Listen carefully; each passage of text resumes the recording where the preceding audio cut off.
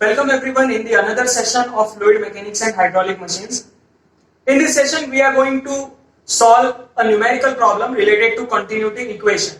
So let's have a brief discussion about continuity equation first.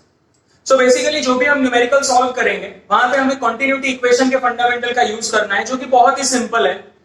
Continuity equation हमें ये बताता है कि कोई भी क्रॉस सेक्शन में अगर कोई लिक्विड फ्लो हो रहा है तो उसके रैंडम किसी भी क्रॉस सेक्शन में डिस्चार्ज रेट जो है वो हमेशा कांस्टेंट रहेगा, जो कि हम इस इक्वेशन से Q इक्वल टू AV से डिनोट करते हैं, जहां पे A जो है that is area of that chosen frame, जो भी आपने क्रॉस सेक्शन चूज किया है उसका एरिया है, और V जो है वहां से जो लिक्विड फ्लो हो रहा है उसकी वेलोसिटी है. ओके, तो ये सिंपल सी इक्वेशन का यूज करके हमें डिस्चार्ज रेट फाइंड करना है. तो इसका हम एप्लीकेशन देखते हैं कि हम कैसे इसको अप्लाई करते हैं. ठीक है, सो फर्स्ट न्यूमेरिकल, एक सिंपल न्यूमेरिकल से हम स्टार्ट करते हैं जो सिंपलेस्ट न्यूमेरिकल पॉसिबल है. On a circular conduit there are different diameters, तो दो अलग अलग डायमीटर्स हैं. अब वो यहां पे आप देखिए डायग्राम में देख सकते हैं सिंपली. D1 जो डायमीटर यानी इनलेट जो डायमीटर है वो 2 मीटर है और वो चेंज होके कितना हो जाता है 3 मीटर, यानी आगे जाके आप देख रहे हो यहां पे आगे जाके एक्सपांड हो रहा है. तो हमें फाइंड क्या करना है, जो इनलेट की वेलोसिटी है वो आपको दी हुई है 3 मीटर पर सेकेंड. सो आउटलेट पे डिस्चार्ज आपको फाइंड करना है. देखिए वेलोसिटी नहीं पूछा है, डिस्चार्ज पूछा है, बट इन टर्न हमें वेलोसिटी तो उसके लिए निकालनी पड़ेगी. सो अगर मैं यहां से इस इक्वेशन को थोड़ा सा मॉडिफाई करूं, या फिर चलिए कॉन्टिन्यूटी इक्वेशन डायरेक्ट अप्लाई करते हैं. सबसे पहले डेटा गिवन लिख लेते हैं. तो डेटा गिवन है D1 is equal to 2 metre, D2 है 3 मीटर. ओके, सो D1 दिया है यानी A1 हम फाइंड कर सकते हैं, D2 दिया है यानी A2 फाइंड कर सकते हैं. V1 दिया है 3 मीटर पर सेकेंड, तो V1 दे दिया है, और V2 एक क्वांटिटी है जो हमें खोजनी. ठीक है,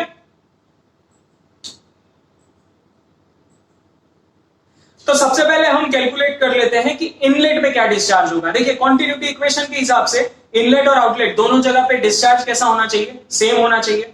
सो इनलेट पे डिस्चार्ज क्या होगा, तो Q1 या फिर Q कह लेते हैं इसको. Q is equal to A1 V1, simply area जो है इनलेट का और वेलोसिटी जो है. सो इस इक्वेशन को हम यहां पे लिखते हैं. A1 क्या होगा, पाई D1 स्क्वायर बाय 4, या फिर हम लिखते हैं pi by 4 D1 square into V1 जो है वो 3. तो सिंपली इस इक्वेशन को अगर मैं यहां पे प्लेस कर दूं, यानी पाई बाय 4 इंटू 2 का स्क्वायर, 2 क्या है हमारा इनलेट का डायमीटर है, इंटू 3. तो अगर इस इक्वेशन को मैं सॉल्व करता हूं तो वो बन जाती है 9425 मीटर क्यूब पर सेकेंड, यानी कि ये तो हो गया डिस्चार्ज हमारा. अब जैसे ही हमने ये डिस्चार्ज निकाल लिया है तो डिस्चार्ज आउटलेट पे भी सेम होगा. तो सिंपली अब आउटलेट की वेलोसिटी कैलकुलेट करना बहुत सिंपल है.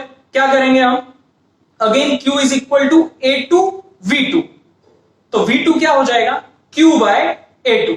तो सिंपली Q की वैल्यू तो है ही मेरे पास. Q की वैल्यू क्या है जो हमने अभी ऊपर कैलकुलेट की, 9425. Okay, so 9425 divided by the area at outlet. अब आउटलेट का एरिया आप देख ही रहे हो, डायरेक्ट हम अगर वैल्यू प्लेस कर दें पाई बाय 4 इंटू आउटलेट का जो डायमीटर है दैट इज 3. ओके, सो 3 का स्क्वायर. तो सिंपली अगर मैं इस इक्वेशन को सॉल्व करूं तो आउटलेट की मुझे वेलोसिटी मिल जाएगी 1333. ओके, अब यहां पर देखिए क्वेश्चन में एग्जैक्टली सिर्फ डिस्चार्ज पूछा गया है, तो आउटलेट की वेलोसिटी उसके लिए निकालना जरूरी नहीं है. आउटलेट की वेलोसिटी निकालना जरूरी नहीं है. हम सिंपली क्या कर सकते हैं कि इनलेट पे जो भी वैल्यूज दी हुई है हमें, तो A1 V1 आप कर देंगे तो भी निकल जाएगा. बट ये मैंने एक्सटेंड इसलिए किया है कि आपको ये भी पता चले कि आउटलेट पे वेलोसिटी हम कैसे निकाल सकते हैं. ओके, सो अब हम नेक्स्ट प्रॉब्लम डिस्कस करते हैं. So water is flowing through a circular pipe that has radius of 8 centimetre. देखिए यहां पे कंफ्यूजन कब होगा, यूनिट्स में कंफ्यूजन हो सकता है, डायमीटर एंड रेडियस में कंफ्यूजन हो सकता है. तो ये दो चीज हमेशा ध्यान रखनी है आपको. पहली चीज जो सबसे इंपॉर्टेंट है कि कोई भी वैल्यू आप लेंगे वो SI यूनिट में होनी चाहिए, तो आपके लिए बहुत इजी हो जाएगा न्यूमेरिकल को सॉल्व कर पाना. तो सबसे पहले हम गिवन डेटा देखिए निकालते हैं. तो water is flowing through a circular pipe, एक सर्कुलर पाइप है जो कि 8 सेंटीमीटर की है. देखिए अभी हमें ये नहीं बताया हुआ है कि पाइप का आउटलेट डायमीटर क्या है, इनलेट डायमीटर क्या है, हो सकता है कांस्टेंट पाइप हो. सो आगे हम पढ़ते हैं इसे. the velocity of water is flowing through the pipe is 3.30 meter per second. So what will be the flow rate in liter per second? तो यहां पर देखिए टेपर्ड पाइप नहीं है, तो सिंपली जो रेडियस है पाइप का थ्रू आउट कांस्टेंट है. So radius of pipe is 8 centimetre and water is flowing at 3.30 metre per second. So litre per second में हमें फ्लो रेट फाइंड करना है. तो सबसे पहले देखिए एरिया निकाल लेते हैं पाइप का, जो कि कांस्टेंट ही होगा. तो एरिया कैसे निकलेगा? पाई आर स्क्वायर. बहुत सिंपल फॉर्मूला है.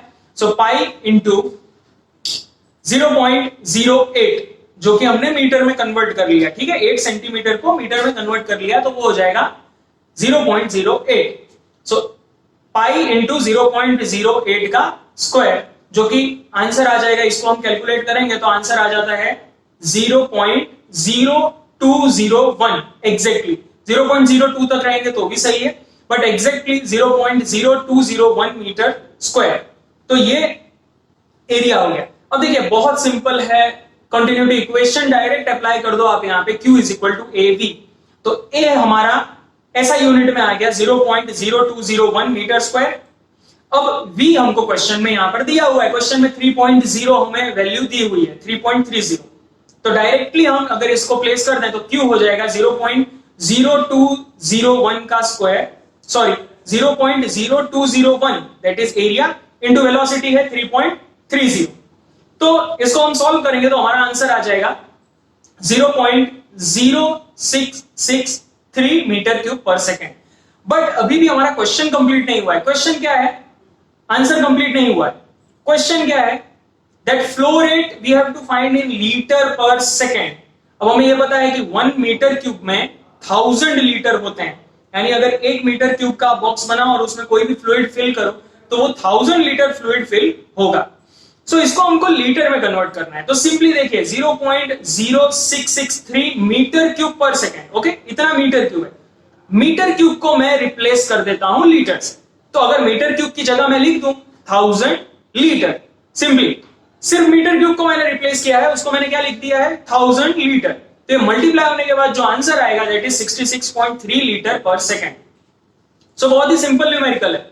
सिर्फ लीटर का कन्वर्जन आपको याद रखना है. ठीक है, कभी कभी यूनिट सेंटीमीटर क्यूब यानी कि सीसी में दी आती है, तो वहां पर भी आपको लीटर का कन्वर्जन जो है वो भूल नहीं जाना है. तो किस तरह से हमने यहां पर बहुत ही सिंपली न्यूमेरिकल को सॉल्व किया वो आप देख सकते हैं. अब नेक्स्ट न्यूमेरिकल थोड़ा इससे ब्रॉडर लेवल पे लेते हैं.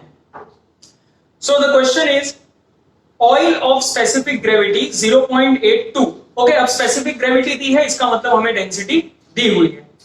Is flowing through a pipe of 30 centimetre. Okay, pipe है जिसका डायमीटर कितना है? 30 सेंटीमीटर है. With the velocity of 4 metre per second. जो वेलोसिटी है that is 4 metre per second. The diameter of pipe at other end is gradually reduced to 25 centimetre. अब यहां पर टेपर्ड पाइप है, तो हमारा 30 सेंटीमीटर जो है वो हो जाता है D1 that is inlet diameter. So velocity भी ऑब्वियसली डिफरेंस आएगा, तो V1 हो गया हमारा 4 metre per second. Now the diameter of pipe is reduced to 25 centimeter. Okay, so D2 हो जाएगा 25 सेंटीमीटर. तो सबसे पहले देखिए इन दोनों को मीटर में कन्वर्ट कर लेते हैं. तो D1 जो है वो हो जाएगा 0.3 metre.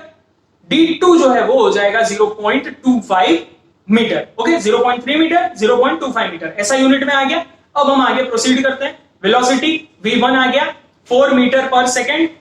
So diameter D1 D2 और V1 मिल गया. अब सिंपली हमें क्या करना है, यहां पर देखिए मास फ्लो रेट फाइंड करना है. तो mass flow rate continuity equation में हमें डिस्चार्ज रेट होता है A into B. Mass flow rate क्या होता है? Rho A into B.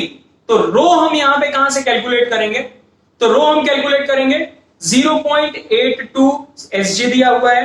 तो रो क्या हो जाएगा? रो हो जाएगा 0.82 into 1000 that is 820 metre cube per KG. तो अब हमारे पास यहां गिवन जो डेटा है वो 4 है. Okay, D1, D2, V1 and रो, जो कि चेंज नहीं होगा. रो चेंज नहीं होगा. अब सिंपली मास फ्लो रेट निकालने के लिए हमें क्या करना है यहां पर? सबसे पहले हम A1 निकाल लेते हैं. तो A1 क्या होगा? Pi by 4 D1 square. तो मैं डायरेक्टली यहां पे वैल्यू प्लेस करता हूं, ये एज्यूम करके कि आप इजीली इसे कैलकुलेट कर सकते हो. A1 जो है वो हो जाएगा 0.07068। A2 है सिमिलरली जैसे हमने A1 निकाला वैसे ही A2 भी निकाल सकते हैं 0.0490 metre cube. Now A1 V1 is equal to A2 V2।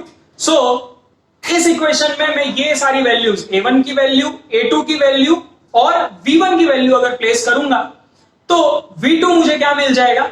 तो इस इक्वेशन को सॉल्व करने के बाद यानी ये सारी क्वांटिटीज को इस इक्वेशन में A1 V1 equal to A2 V2 में प्लेस करने पे जो V2 मुझे मिल रहा है एक ही वैल्यू अननोन है, तो सिंपली वो वैल्यू क्या मिल जा रही है 5.769 मीटर पर सेकेंड। यानी कि पाइप का क्रॉस सेक्शन रिड्यूस हुआ और वेलोसिटी बढ़ गई। ठीक है, अब मुझे कैलकुलेट करना है मास फ्लो रेट। तो सिंपली अगर A1 V1 है या फिर A2 V2 है, वैल्यूज क्योंकि सेम होगी, सिर्फ उसमें मुझे क्या मल्टीप्लाई कर देना है, डेंसिटी मल्टीप्लाई कर देनी है। तो अगर मैं इसमें डेंसिटी मल्टीप्लाई कर दूं यानी कि अगर आप कंसीडर कर रहे हो A1 V1 तो वैल्यूज आपकी आ जाएंगी 0.07068 मल्टीप्लाई बाय जो V1 है यानी कि 4 मल्टीप्लाई बाय 820। अगर आप कंसीडर कर रहे हो A2 V2 तो भी कोई प्रॉब्लम नहीं है, आंसर करेक्ट ही आएगा।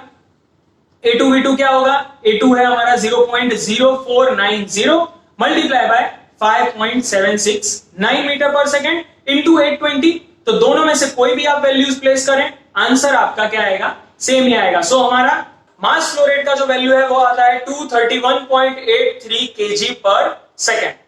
सो सिंपली हमने यहां पर देखा कि किस तरह से हम मास फ्लो रेट कैलकुलेट कर सकते हैं कॉन्टिन्यूटी इक्वेशन का यूज करके। आगे के लेक्चर में हम इस चीज का यूज करेंगे बर्नौलीज इक्वेशन में भी कैलकुलेशंस करने के लिए, एनर्जी का कैलकुलेशन करने के लिए, क्योंकि बी जो क्वांटिटी है वो हमें इसी इक्वेशन से मिलती है जिससे हम काइनेटिक एनर्जी निकाल सकते हैं। तो होपफुली आपको समझ में आ गया होगा। Now here are some important questions from the above topic. You can try out these by clicking on the Google link given below in the description. Thank you for watching the video.